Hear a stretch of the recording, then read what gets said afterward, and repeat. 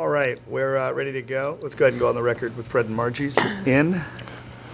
1 p.m. case, Marguerite Anderson and Mary Ann Oakes, Margie's Inn Incorporated, trading as Fred and Margie's Inn, 3603-05 Fairhaven Avenue. Class B beer, wine, and liquor license violation of Rule 4.01A. Alcohol sold to person under the age of 21. Everybody testifying, please step forward and raise your right hand. We swear or affirm the testimony you give will be the truth, the whole truth, and nothing but the truth. I do. Miss Anderson, how are you doing? Fine, sir. How are Good, you? good. All right. Sorry to meet in this circumstance, but we've got a 4.01A violation alleged on January 16th, 2013. Do you admit or deny that violation? I admit it, sir. You admit it? Okay. Yes, sir. We're going to hear briefly from Agent Donald Fitzgerald from the Baltimore City Liquor Board.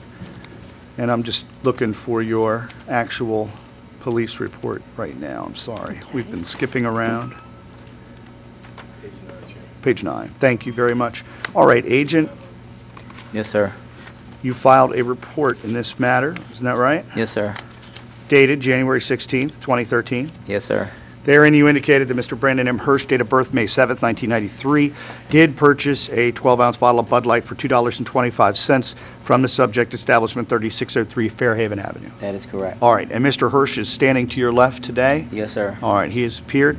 Thank you very much, Detective Greenhill. Sir. You filed a report with Baltimore City Police Department in this matter dated January 16th, 2013. Isn't that right? Yes, sir. All right. Therein, you indicated the departmental $20 bill was used to pay for a bottle of beer for $2.25 from employee Genevieve Victoria Bowen. Isn't that right? Yes, sir. Okay. And no additions or corrections to your report? Additions, no corrections. All right. Thank you very much. All right, based on the admission and the reports and corroboration thereof, we do find you guilty of a single count of 401A. Tell me about your record. I hope I run a nice place. I try real hard. This young lady that I just hired, I had Mr. Murray come down and do an alcohol awareness test. I brought that with me. And I've been on that corner for a long time. And I try to keep it nice, and but the neighborhood's getting kind of rough, right?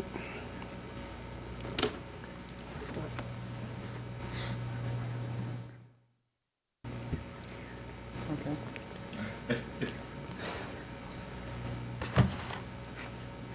Do something. All right. Am I supposed to give you this, sir? From Mr. Your Murray? alcohol management? Yes, sir. This is the lady that sold the drink. I'm sorry. All right, so Oh, I'm you've been sorry. recently And I had my alcohol waitress management. all Tell me what set. happened to Genevieve, the employee who sold.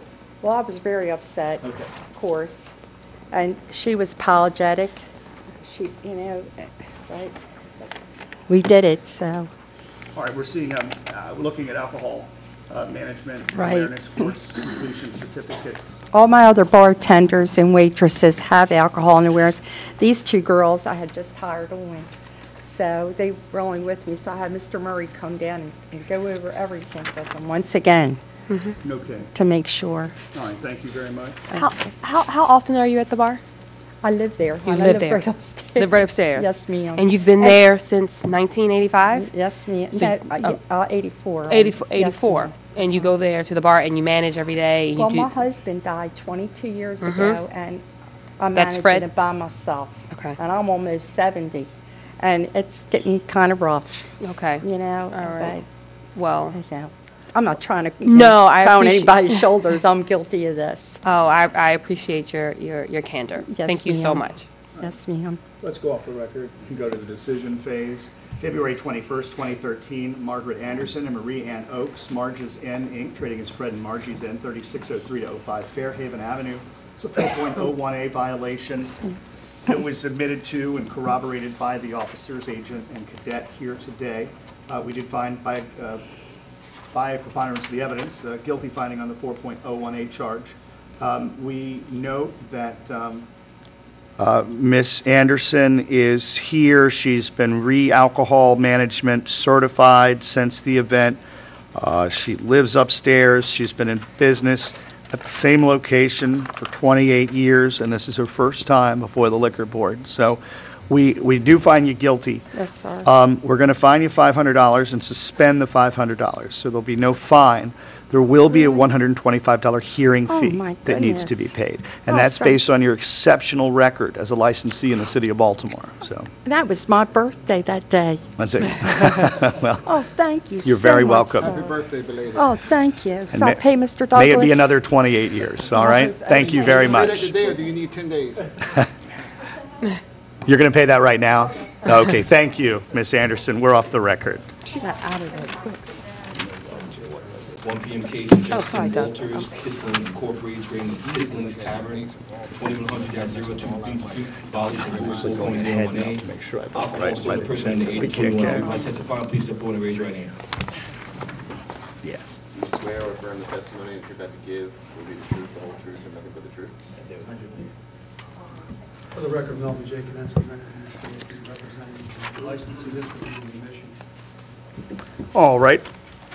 Thank you very much. You're Mr. Walters? Yes. Okay, great. Good to see you. Agent Fitzgerald? Yes, sir. You filed a report in this matter dated January 23rd, 2013, Absolutely, sir. indicating Mr. Brandon Hirsch, date of birth May 7th, 1993, did in fact purchase a 16-ounce bottle of Bud Light beer for $3.27 from the subject establishment. That's correct, sir. All right, thank you very much. Detective Greenhill, sir, you filed a police report dated January 23rd indicating that Mr., how can I forget your name, Mr. Hirsch? I've only said it 12 times now. All right, Mr. Hirsch did indeed purchase a 16-ounce bottle of Bud Light beer from employee Michael Theodore Marker. Yes, sir. All right, and that Mr. Hirsch was under the age of 21 at the time. Yes, sir. All right, any additions or corrections to your report? No addition, All right. no correction. All right, and Mr. Kadinsky, anything? Well, thank God they sell Bud Light. That's right, they're going to admit they sell Bud Light? This, I mean, you're familiar, this is a very popular place, and you go back over 20 years, they have not been before this board. The employee had been there a long time, was a lapse in judgment, he has been disciplined, reprimanded, and whatever the board decides, he's going to pay that, that fine, but it's not a kind of place where you, in 20 years, and that's a very popular place, you would have seen it here before, so I'd like the board to take that into consideration. How old is the employee? 50. And he's been there for a long time. Yeah, he's one of my managers. He's been certified 3 times through John Murray, as all my bartenders are. Just, it's almost not on the radar because the average age is well in the 30s, and it was just a lapse in his judgment. His punishment is the fine and the fees. Okay. All right.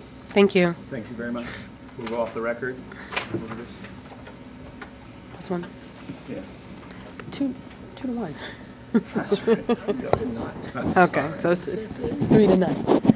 All right, we're going to record. Decision phase, February 21st, 2013. Justin Walters, Kisling's Incorporated, trading as Kisling's Tavern, 2100 Fleet Street, 4.01A violation that was corroborated by our officer and our detective and our agent. Cadet was also present.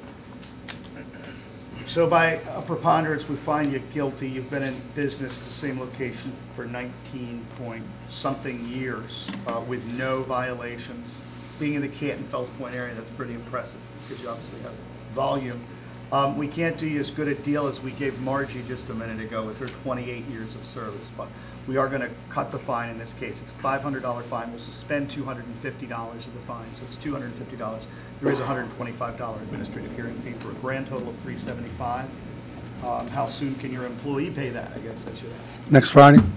1 week? That's fine. Next, close of business next Friday, March 1st, 2013. All right, thank you, Mr. Walters. Thank you. We're off the record.